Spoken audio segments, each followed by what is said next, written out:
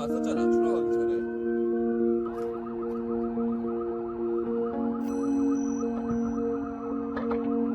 신원이 확인되면 공항에 마련된 시설로 옮기고 있습니다.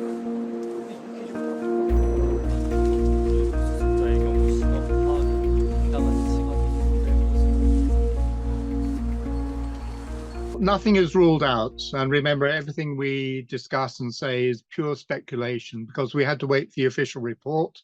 And what is really important are the two black boxes which have been recovered, and we've got the voice data recorder, and we've actually got the data recorder. So when they can marry those two together, we will have a complete picture of what was happening on board that aircraft for about an hour before impact. And I've seen these reports, and whereas they have to be taken seriously because you can't rule it out at this stage, looking at some of the videos I've seen, if there was an explosion on board, shall we say, then the metal fragments, the shards on the fuselage would point outwards.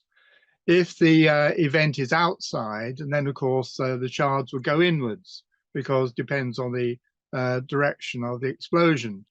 But what I think is more likely to have happened, and this is one theory, and it's happened before, is that there was a bird strike. It seriously compromised one of the engines. In fact, I think what might have happened is one of the turbofan blades, now this is carbon fiber, carbon steel, sheared off and at high speed flew through the engine cowling and possibly through the wing and possibly cut the electrics and hydraulics, even the fuel line, but possibly the electrics, because later on we see in the video that all the lights appear to have gone out on the plane. So that would back that theory. But I say it's just a theory at the moment until we can actually examine the contents of the black boxes, which of course are not black, they're painted day-glow orange.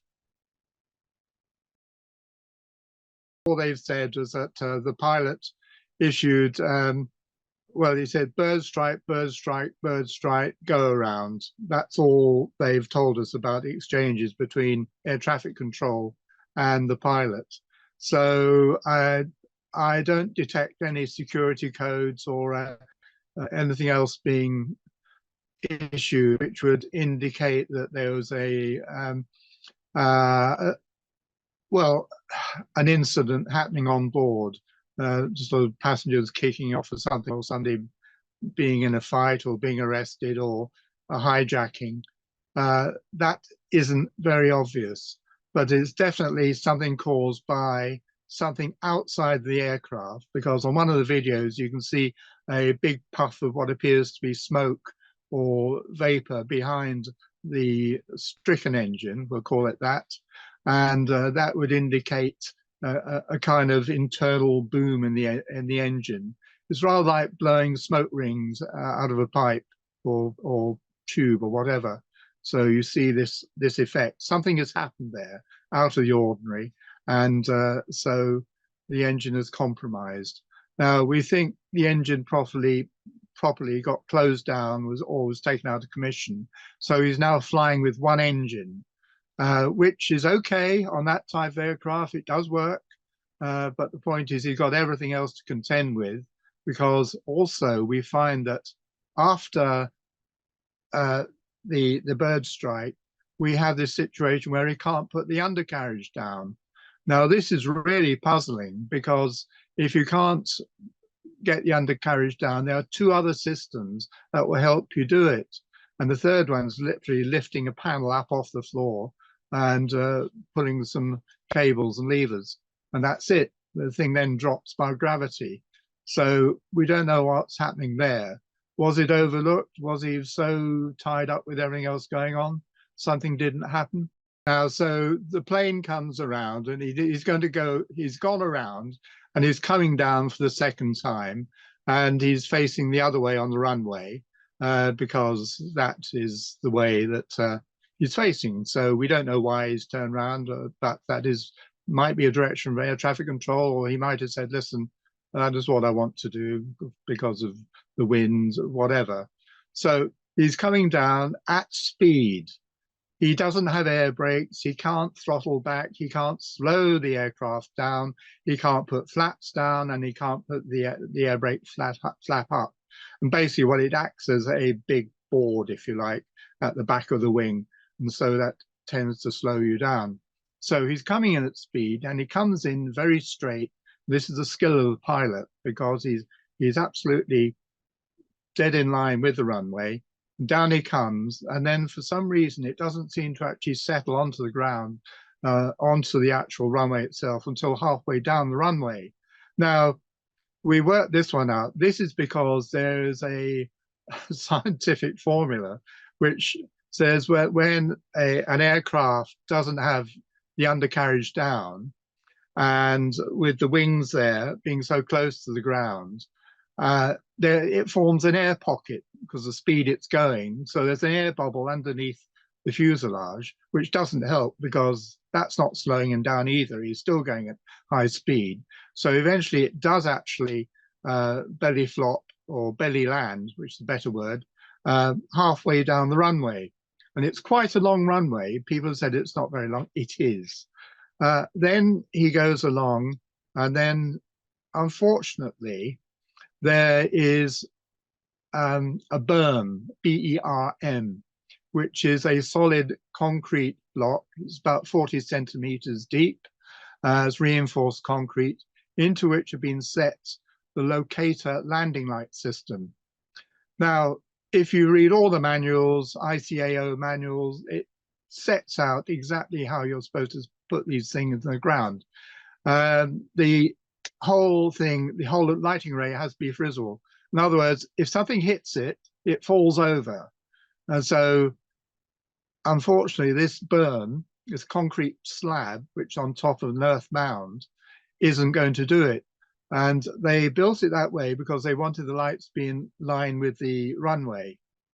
But the point is that slab shouldn't have been there. And this is a fairly recent installation as well. So what actually happens, the nose of the aircraft is there, the berm is there, sorry, the berm is there, but what actually happens, the aircraft comes along and gets underneath the berm and pushes the berm up like that. Now you can see that because the lights are sticking at a 45-degree angle, the ones that have been embedded into this concrete slab. Now they should really be on a metal framework sunk deep into the ground so that when there is an impact, they just fall over. Now, we also get to the perimeter wall, which is another 50 meters on. And people are saying, why is there a solid wall there? If you look closely at the wall, you'll see it is brick piers with hollow bricks in between. Now, in the UK, if you go to Heathrow Airport, you'll find that the majority of the perimeter fence is a fence. It's a chain link fence with hedging. And that's the way it should be, because again, if something unfortunately does go into it, then that is not a solid obstruction. So, but unfortunately, that part of the world, that is what they tend to do, to get basically to keep animals, vermin, and the city out of the airport, because they have a big problem with that. This particular Boeing it's a modern aircraft.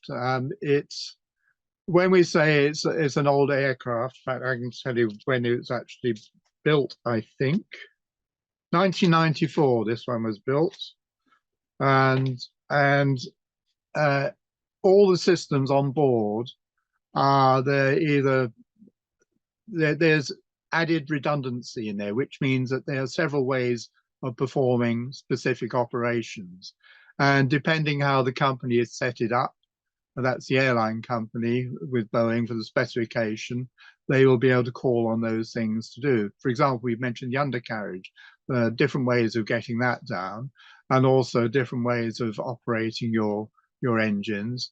The other thing that is confusing is that there's no evidence that he circled to discharge fuel. Normally you try and dump as much fuel as possible, which would help to mitigate, I won't say completely eliminate it, mitigate the fireball, the flame at the end of the day. So that would suggest that he really had I'm saying he, could be she, could be they really had a problem on board. And that, of course, will come out when we get the black box decoded.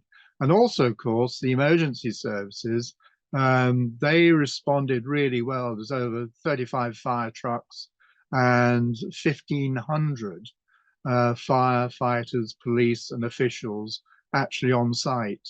That's according to their official figures. So they're very quickly in there, and the very brave emergency workers, could you think about what they did?